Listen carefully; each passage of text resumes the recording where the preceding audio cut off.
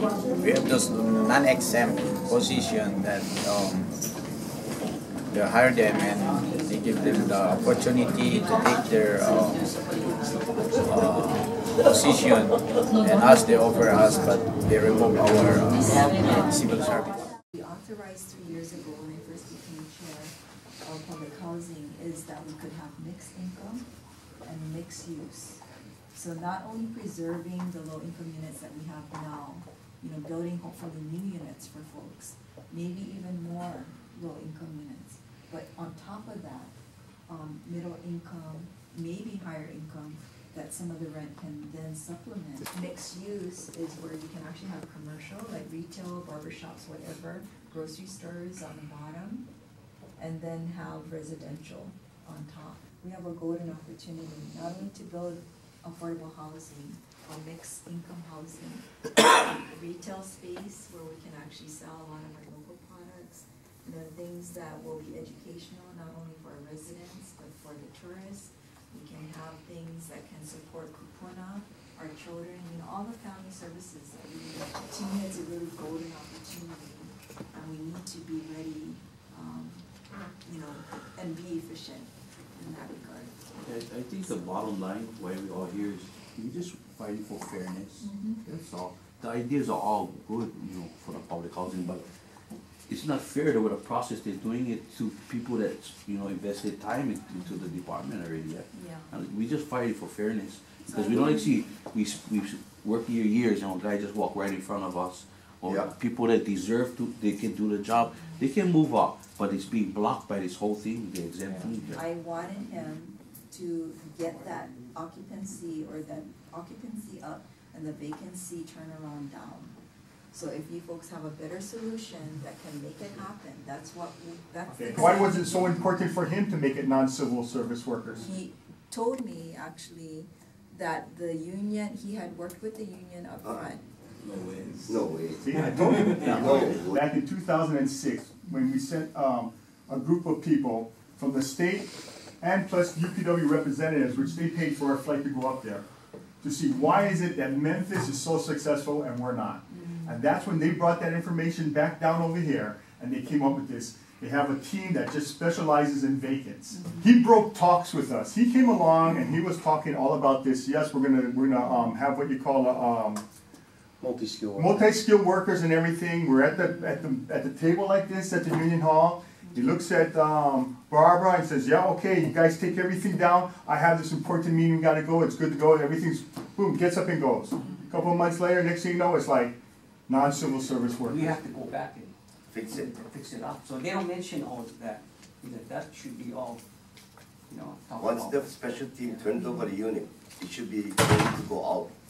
Not, I gotta go back in and finish this, finish that, clean this, clean that, Keep it back. to get them to go. They'll go into like Halava, and they'll walk through the unit with either Ed or Pua, and they'll say, "This is what we want done. This is what doesn't need to be done." And when they come for inspections, they changed out the cabinets, the bathtub, the tiles, everything that didn't need it to be done. So what does that do to that project's budget? Shot. Down the tubes. Oh, what do you mean? They spent money. They had to pay $40,000 for this renovation, and she only budgeted for so much that they're what do you call that? Over budget. So rather than be critical, we have to think about how we can actually achieve both. So if we use that model, but we made sure that it was civil servants that were doing it, you should be able to do the same. Correct. But the hiring would again have to go through whoever wanted in-house first. Yeah. Right, we got seniority as well. So if we wrote the bill that way, Has to be civil service. Now, the next thing he's going to come to you and he's going to say, "I want all of my team that are non-civil service to walk through this door as civil service people." No. And that is what we're fighting, because him wanted an opportunity to be on that team. I But get they 29 didn't want to years, give I up the cannot move civil up. service. You guys work here for years that they cannot move up now. Guys invested 20 years. Now with this exempt guys, people know like you lose their civil service just to move up. Yeah. This is the way to do it, okay? But do it the right way. We have people that have been working with the state for 15, 20-something years, and guess what? they're afraid to go there because they don't want to give up their civil service status. There is exemption workers that not just the special teams. Oh, there Yeah. They are on budget. They are on project. And a matter of fact, a good example too would be like Kalihi Valley. They had a, what is Kelly's position? A working foreman supervisor. Okay, that was opened up. Guys in-house wanted the position. They would have to step down to go ahead and take that position. But what exempt positions are you talking Well, about? at my shop, we have a welder that's exempt. We had a civil service welder. He retired. They replaced him with an exempt welder now, non-civil service. We have a laborer before, he worked with me, he retired, he had a number, civil service number. The number is still there in our place, but they replaced it with an exempt position. So the person, the one took the person's position, they can come back to work tomorrow, they don't have a job. Yeah, so what they're doing is taking every position that is vacant from us, civil positions, and they're turning them into exempt. That's all they're Non-civil doing. service. They're trying to break the union. Yeah, so Well, I like don't if I know was that to much. retire today, Yeah. they would take my position and make them exempt. Yeah. And then they would hire guys for make them an exempt worker now. You know what it is though? Comes down to his control. Non-civil service, if he exempt, he can just hire and fire him with that. You know what I mean?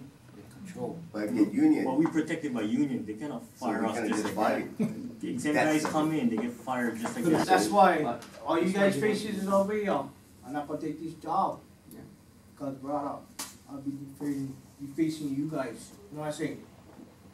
Hey, this shouldn't be offered to me in a non-exempt position. I should be Yeah. a civil service worker. I'm already in the system. I told my wife, yeah, I cannot take this. I cannot take this position. Even though I'm highly recommended, my skill levels, if I look at all my brothers over here, it's just, I cannot do that to my brothers. You know what I mean? I know they've been here more long than me, some of these guys, the GL1s or 2s. But I seen the position come, I seen them go. I cannot take this promotion on that pretense, because my wife said, there's no security. What happens if you take the job, and then it ends? Closes out. We got one civil service brother, went to the non-civil service, we got one more on our side. I'm not gonna do that, I'm not costing that. I think this is not fair to me, and wouldn't be fair to me or to you guys that I take a position like this. I cannot, right at this point, I cannot make one sound decision on this.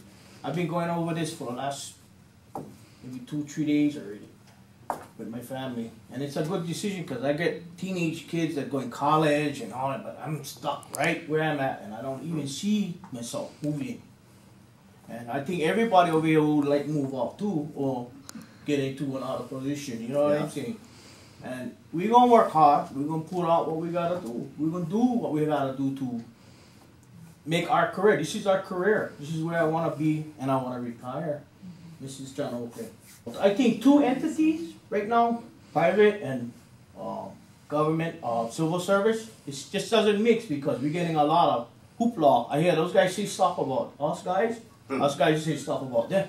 We just not can be in harmony, you know, because it's gotta be one group solid. We should be doing our hiring and our Right. upward mobility promotions in-house first.